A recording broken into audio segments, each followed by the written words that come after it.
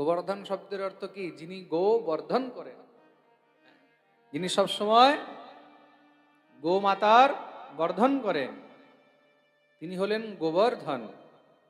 দেখতে খুব সুন্দর। তিনি বিচার করলেন এই গোবর্ধনকে যদি এখানে আনা যায়, তো পাহাড়ের বাচ্চা কি? পাহাড়ের বাচ্চা তো পাহাড়ই হবে। খুব মন দিয়ে শুনবেন। তিনি চলে গেলেন শালমলী দ্বীপ। দ্রোণাচলের ঘরের মধ্যে গিয়ে উপস্থিত। হঠাৎ ঋষিবরকে দেখে তো দ্রোণাচল খুব আনন্দিত হলেন। উচ্চ আসন দিয়ে বিরাজমান করিয়ে খুব সুন্দর পূজা অর্চনা করেছেন, দিব্য সেবা করা হলো। দ্রোণাচল জিজ্ঞাসা করলেন, হে ঋষিবর, আজ আমার গৃহে আপনার পদার্পণ হয়েছে, আমার অহোভাগ্য, বলুন আমি আপনার কি সেবা করতে পারি? তখন পুলস্ত্য ঋষি দেখছেন যে দূরে সেই গোবর্ধন খেলছে। তিনি বললেন যে আমি তোমার কাছে কিছু চাইতে এসেছি প্রভু, যদি আমার সামর্থ্য হয় আমি নিশ্চয়ই আপনাকে দেব। ঠিক আছে, তাহলে বচন দাও। বলে, বচন দিলাম, আমার সামর্থ্য হলে আমি নিশ্চয়ই আপনাকে দেব। দেখুন, কথাও এইভাবেই দিতে হয়, তাতে যেন তুমি সেটা পূর্ণ করতে পারো। কি বলেছেন? আমার সামর্থ্যে যদি হয়।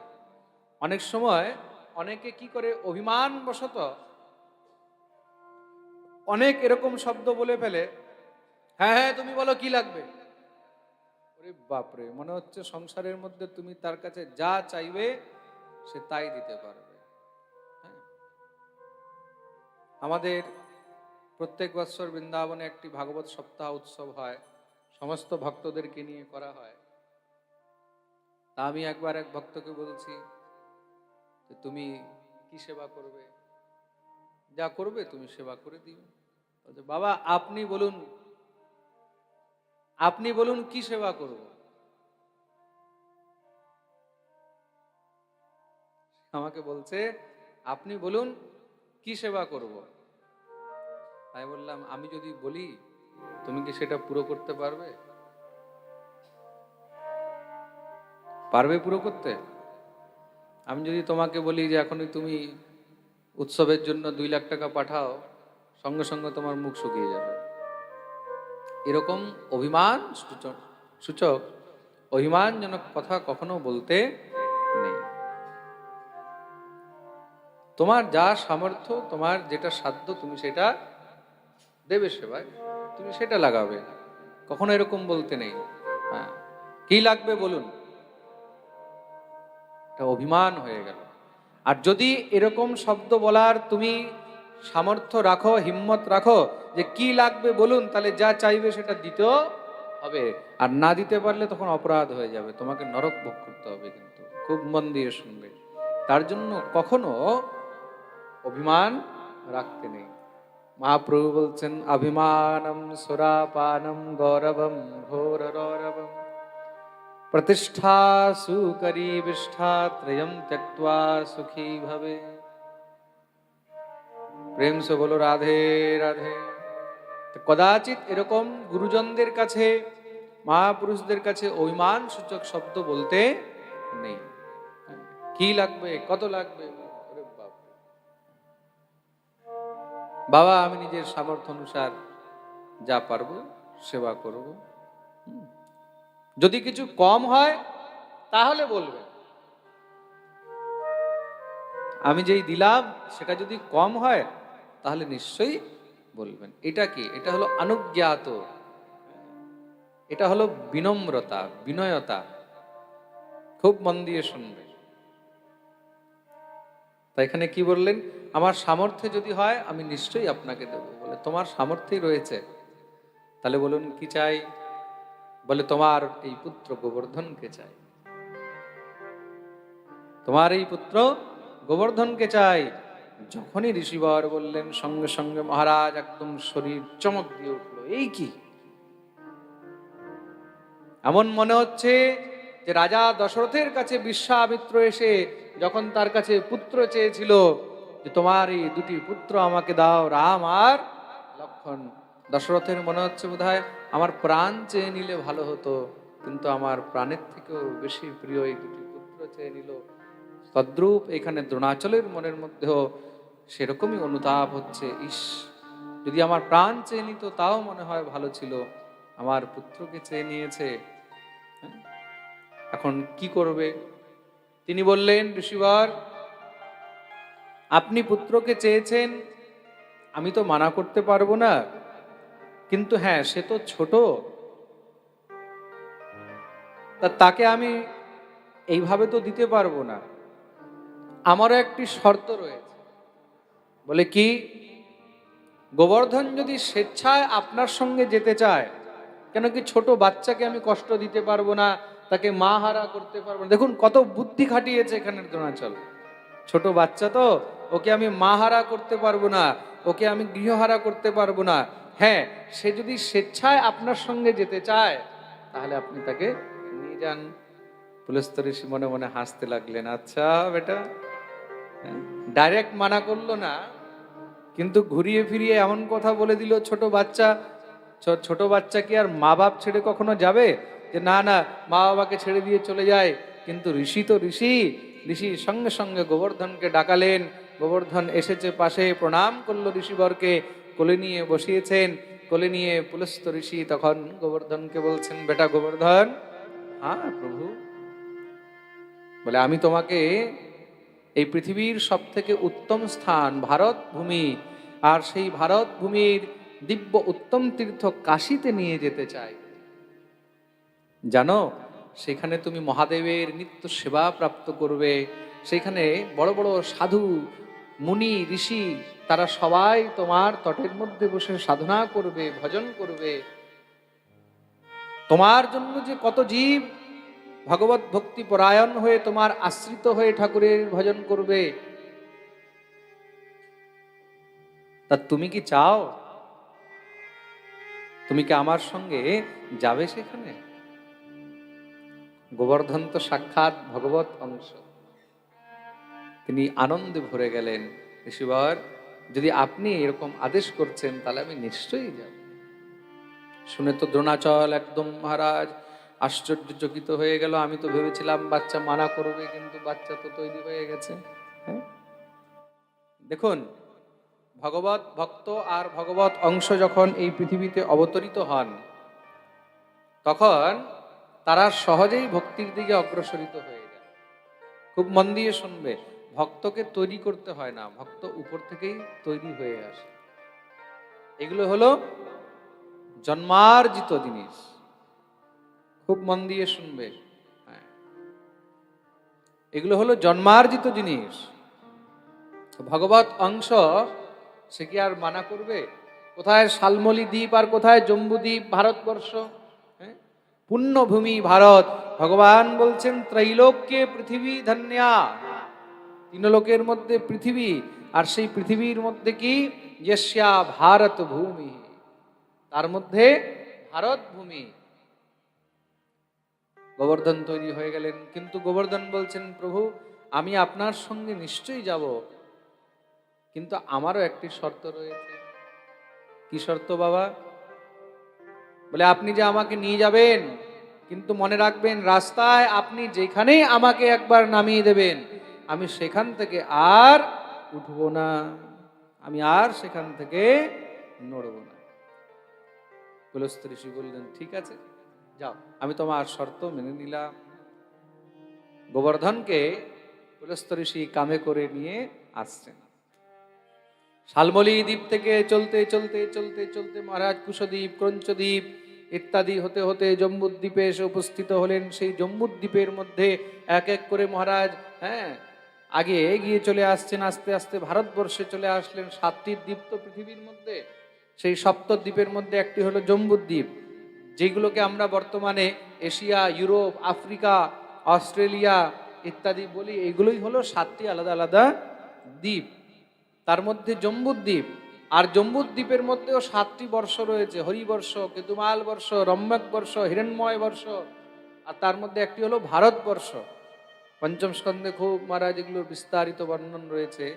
সেই ভারতবর্ষের মধ্যে প্রবিষ্ট হলেন। ভারতবর্ষের মধ্যে মহারাজ প্রবিষ্ট হয়ে চলতে চলতে চলতে চলতে যখনই যমুনার তটে ব্রজভূমিতে এসে পা দিয়েছেন, উত্তরপ্রদেশে ঢুকে গেছে। যমুনার তটে ব্রজভূমিতে যখনই পা দিয়েছে, কুরুক্ষেত্রের থেকে এগিয়ে এসে ব্রজভূমিতে প্রবেশ করতেই যমুনা দর্শন করে এই ব্রজভূমির দিব্য সেই বাতাবরণ দেখে হঠাৎ করে গোবর্ধনের মনে প্রশ্ন জিজ্ঞাসা হলো। তিনি জিজ্ঞাসা করলেন, ঋষিবর, এই স্থান তো খুব রমণীক স্থান, খুব রম্যক স্থান, এটা কোন জায়গা? তিনি বললেন, এটার নাম হলো ব্রজমণ্ডল। এই ব্রজমণ্ডলের বিশেষতা কি? তিনি বলছেন, দাপরের অন্তে স্বয়ং ভগবান এই ব্রজের মধ্যে এসে অবতরিত হবেন, আর তিনি এখানেই এসে নিজের লীলা করবেন। গোবর্ধন যখনই শুনেছে, মনে মনে সংকল্প করে নিয়েছে, এই জীবন তখনই ধন্য যখন তুমি সেই প্রভুর সেবায় সহযোগ করতে পারবে। আমার কি সেই সৌভাগ্য হবে না যে সাক্ষাৎ গোলকাধিপতি শ্রীকৃষ্ণ এসে এখানে লীলা করবেন, আর আমি কি তার সাক্ষী হব না? না না না, এই স্থান ছেড়ে আর আমি যাব না। গোবর্ধনের মনে সংকল্প হয়ে গেছে। তিনি কি করলেন? সঙ্গে সঙ্গে নিজের ভার বাড়াতে লাগলেন। পাহাড় পর্বত যদি নিজের ভার বাড়াতে লাগে, তাহলে কার সামর্থ্য আছে যে তাকে ধরে রাখতে পারবে? এতক্ষণ তো হালকা ছিলেন, একদম বাচ্চার মতন। এখন তিনি পর্বতের মতন ভার বাড়ানো শুরু করে দিয়েছে। পুলস্ত্য ঋষি তখন একটু বিচলিত হয়ে গেল। এমন ভার হচ্ছে, আর সহ্য করতে পারছেন না। মনে মনে ভাবলেন, অনেক দূর থেকে, বেশিক্ষণ তুমি যদি একটা বাচ্চাকেও কোলে নিয়ে চলো, চলতে চলতে দেখবে এবার একটু ব্যথা হয়ে যায়, হয় কি না? বলে আর কিছুক্ষণ একটু নিচে নামাই। ভাবলেন একটুখানি কিছুক্ষণ নিচে নামাই, আবার পরে তুলে নিয়ে যাব। সামনে যমুনা আছে, তাহলে এখানে একটু স্নান শৌচ ক্রিয়া ইত্যাদি সব করে সন্ধ্যা উপাসনা করে তারপরে আবার তুলে নিয়ে চলে যাব। গোবর্ধনকে ওখানে বসিয়েছেন। বসিয়ে এবার মহারাজ স্নান শৌচ ইত্যাদি করে যখনই এসে উপস্থিত হয়েছেন, গোবর্ধনকে নিয়ে বলছেন, চলো বাবা গোবর্ধন। গোবর্ধন তো আর জায়গা থেকে নড়ে না, হাত ধরে, চল গোবর্ধন। গোবর্ধন না নড়াচড়া করে, না মহারাজ কিছু বলে, আরে চল রে বাবা। গোবর্ধন আর মহারাজ জায়গা থেকে নড়ছে না। আচ্ছা ঠিক আছে, আমার সঙ্গে খেলা করছিস? ছোট বাচ্চা মনে করে জোর করছে, তুলে এক্ষুনি উঠিয়ে নিয়ে চলে যাব। যেরকম বাচ্চাদেরকে আমরা তুলে নিই, খুব চেষ্টা করলো। যখনই মহারাজ তুলতে গিয়েছে, গোবর্ধনকে তো আর নড়ানো যাচ্ছে না। এই কি হলো? গোবর্ধন, তুমি উঠছো না কেন? বলে, ঋষিবর, মনে করুন আমি একটি শর্ত রেখেছিলাম। কি শর্ত? আপনি আমাকে একবার যেখানে রেখে দেবেন, আমি সেখান থেকে আর সরব না। কিন্তু বাবা, আমরা তো কাছেই চলে এসেছি, এই তো আমরা আর একটুখানি যদি যাই তারপরেই কাশী। উত্তরপ্রদেশে তো ঢুকেই গেছে মহারাজ। এই যমুনার ধার দিয়ে চলতে চলতে চলতে চলতে আমরা অনেক তাড়াতাড়ি মহারাজ গঙ্গার ধার হয়ে কাশীতে পৌঁছে যাব, আর বেশি দূর নেই, চলো চলো। বলে, প্রভু কথা মানে কথা, যেটা বচন দেয়া হয়েছে সেটা আর ভাঙা যাবে না, আমি এখান থেকে সরব না। পুলস্ত্য ঋষি অনেক অন্যায় বিনয় করলেন, খুব চেষ্টা করলেন বারবার, কোনো মতেও যখন গোবর্ধনকে আর সরাতে পারলেন না, নড়াতে পারলেন না, তখন কুপিত হয়ে গোবর্ধনকে অভিশাপ দিয়ে দিলেন। কেন? মনে খুব কষ্ট হয়েছে তো, এত দূর থেকে আমি বয়ে নিয়ে এসেছি, এখান থেকে আর অল্পখানিক দূর ছিল কাশী, সে তো যেতে পারতো, কিন্তু সেখান থেকে আর নড়লো না। অভিশাপ দিয়ে দিলেন, যাও, তোমাকে আমি অভিশাপ দিচ্ছি, তুমি তিল তিল করে এখানেই ক্ষয় হয়ে, এখানেই তুমি তিল তিল করে মাটিতে মিশে যাও। গোবর্ধন সেই অভিশাপ স্বীকার করলেন, কিন্তু তাও তিনি ব্রজমণ্ডল ছেড়ে বাইরে গেলেন না। গোবর্ধন প্রতিজ্ঞা করে নিলেন, আজ থেকে যে আমাকে এই ব্রজমণ্ডল থেকে বাইরে নিয়ে যাবে, আমিও তাকে তিল তিল করে নাশ করব। ঋষির অভিশাপ স্বীকার করেছেন, ব্রজমণ্ডল ছেড়ে বাইরে যাননি। পুলস্ত্য ঋষি অভিশাপ দিয়ে চলে গেলেন। সেদিন থেকে গোবর্ধন নিত্য তিল তিল তিল করে ক্ষয় হচ্ছে। সেই গোবর্ধন এক সময় 82 যোজন ছিল। কত ছিল? 82 যোজন, খুব মন দিয়ে শুনবে, এত উঁচু ছিল। সপ্তক্রোশ পরিমাণের মধ্যে উঁচু কত ছিল? 82 যোজন। আস্তে আস্তে ক্ষয় হতে হতে হতে হতে আজকে এই পরিস্থিতিতে এসেছেন।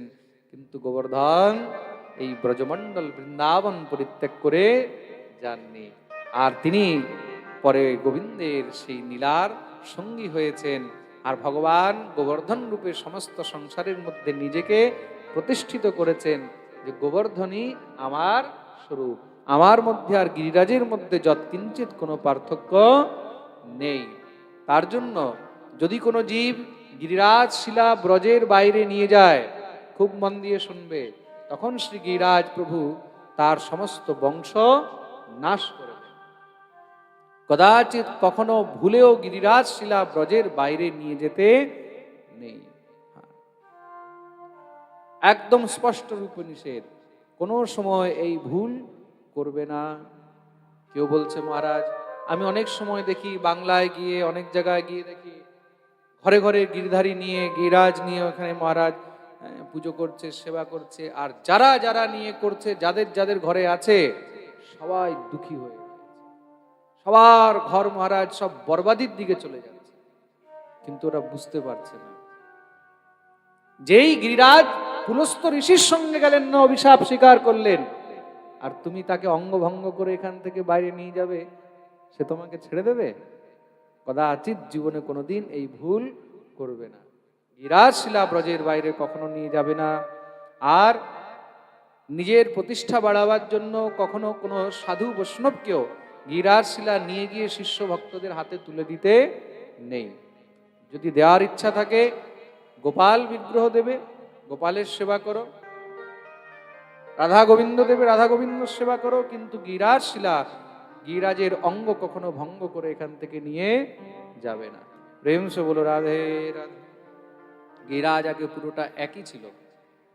যখন 7 দিন পর্যন্ত শিলাবৃষ্টি হয়েছে, শিলাবর্ষণে পাতেন হান্যমানম চেতনম, এমন শিলাবৃষ্টি হয়েছে যে মহারাজ যদি কার মাথার উপরে পড়তো মানুষ সেখানেই মরে যেত। সেই ঘনঘোর শিলাবৃষ্টির কারণে গিরিরাজ খণ্ড খণ্ড হয়ে গেছে। সম্পূর্ণ গিরিরাজ কিন্তু একই। আমরা যে এই খণ্ড খণ্ড দেখছি, টুকরো টুকরো দেখছি, এগুলো সেই শিলাবৃষ্টির কারণে হয়েছে। সুতরাং গিরিরাজকে কখনো অঙ্গভঙ্গ করতে নেই, গিরিরাজ শিলাকে কখনো ব্রজের বাইরে নিয়ে যেতে নেই। ব্রজের মধ্যে যে কোনো জায়গায় রেখে তুমি তার সেবা করতে পারবে, তাতে অপরাধ হবে না, কিন্তু ব্রজের বাইরে কখনো নিয়ে যেতে নেই। কেউ বলছে মহারাজ গিরিরাজ শিলা আমাকে অমুক মহারাজ দিয়ে গেছেন। তুমি তো ভালো করে জানো আজকাল এগুলো খুব চলছে, অমুক মহারাজ দিয়ে গেছেন, অমুক জন দিয়ে গেছেন, কি করা উচিত? এখন যে দিয়ে গেছে তার সঙ্গে এই বিষয়ে কথা বলা উচিত। আমরা শাস্ত্র মতন কথা বলবো, যেহেতু আমরা হলাম পাঠক, যেটা শাস্ত্রে লেখা আছে আমরা সেটা বলবো। এবার কার গুরুদেব কি দিয়ে গেছে, কাকে কোন মহাপুরুষ কি দিয়ে গেছে, সেগুলো আমাদের দেখে কোনো লাভ নেই। যে যেমন করবে সে তেমন ফল ভোগ করবে। প্রেম সে বলো রাধে রাধে। তার মানে কি, এই গিরিরাজ হলো একমাত্র ব্রজনিষ্ঠ। আজ থেকে যদি কেউ 30 বছর 40 বছর আগে গিরিরাজ দেখেছে, দেখবে তখন গিরিরাজের কত হাইট ছিল। আস্তে আস্তে গিরিরাজ কিন্তু অনেক কমে যাচ্ছে। আমি নিজেই ছোটবেলায় যখন দেখেছি, যতটুকু আমাকে স্মৃতি আছে, 25-26 বছর আগে পর্যন্ত আমাকে খুব ভালো স্মৃতি আছে।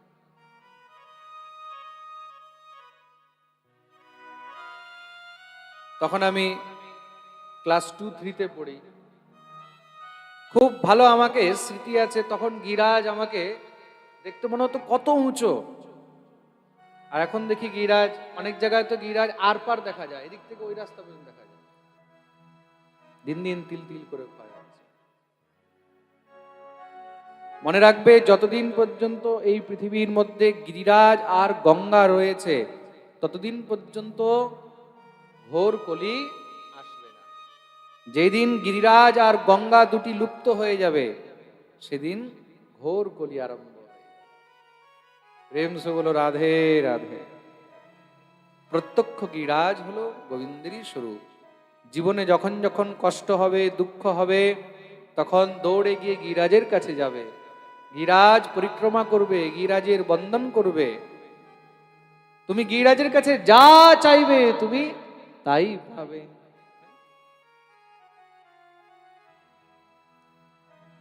এই হলো গিরিরাজের মধ্যে। তার জন্য বলেছে তু একবার আজা गिरिराज की शरण।